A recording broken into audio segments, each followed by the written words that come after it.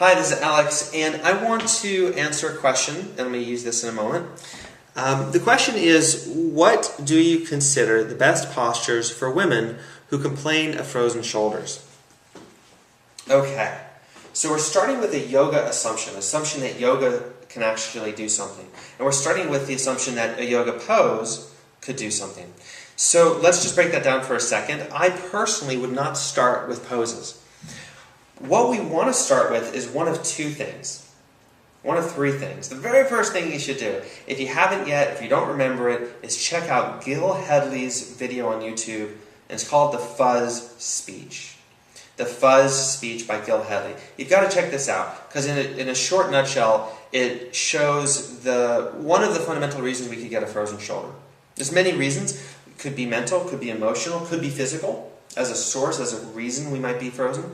But to a large degree, there's a sense that this won't move, and then tissue builds up around it.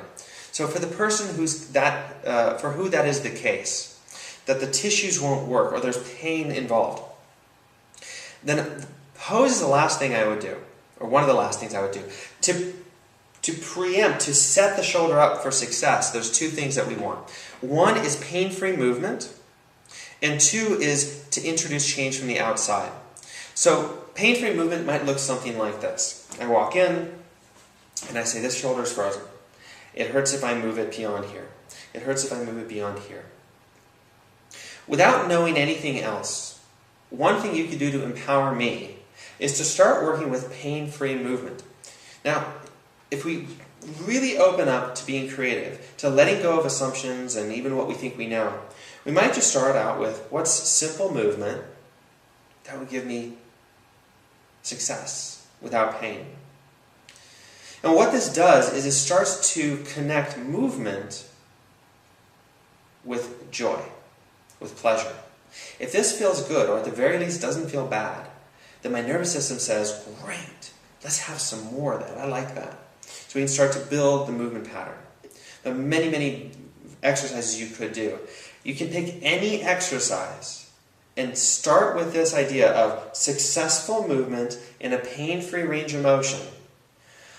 Breathing, relaxing, allowing the nervous system to learn, and then you can develop bigger and bigger movements.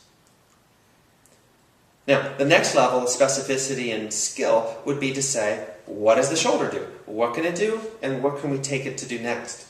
So remember that there's a few specific ranges of motion that build up all the movement patterns. One is elevation, depression, internal rotation, external rotation, abduction, horizontal abduction, taking it away from the midline, adduction, bringing it to the midline. We can take it beyond the midline, but we essentially have abduction, adduction. We've got flexion, and we've got extension. If I've forgotten any, you add it to the list below or write to me. But I think that's most of them. We can combine them in a movement that's called circumduction. So the question, one thing to do very specifically and very skillfully would be to assess someone's shoulder movement and ask them to do each one and assess them, rate them, score them. How do they do on each one? And that way you can track progress along all of those ranges of motion. And what's beautiful is you don't have to have any exercise repertoire to simply say, let's do a little bit of abduction. Okay, it hurts there? Great, let's hang out right there and play with a few other movement patterns. And just let it be gentle. Let the nervous system allow for success. If I can't take my hand out here with being completely pain-free, then strengthening, challenging it, and loading it with force in a pose might be a horrible idea. Forcing my arm to come into shoulder flexion, when flexion is only one of about 9 ranges of motion that I can do, might not be the best use of my energy and time to try to help a shoulder that's really, very upset. So again, movement patterns is number one. Now, I'm holding this yoga tune-up ball because this is one of the best tools. It's squishy, so it's gentle as a therapy ball. It's one of the best tools you could possibly use to introduce movement on your own from the outside. Now, you can get a rolfer, you can get a great body worker, and I can recommend some people. And they are going to really, really help you if they know what they're doing. But this is a great way to work with yourself. And you've got all sorts of wonderful muscles that will affect your shoulder.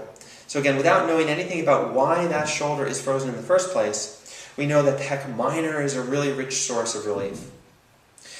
Your rotator cuff muscles, your supraspinatus, your teres minor and infraspinatus, your subscapularis, you can dig in there with your thumb. These are muscles that are really super wonderful to introduce movement from the outside. Then working into your deltoid, your lats, your serratus anterior. All these muscles are really wonderful to introduce movement on the outside.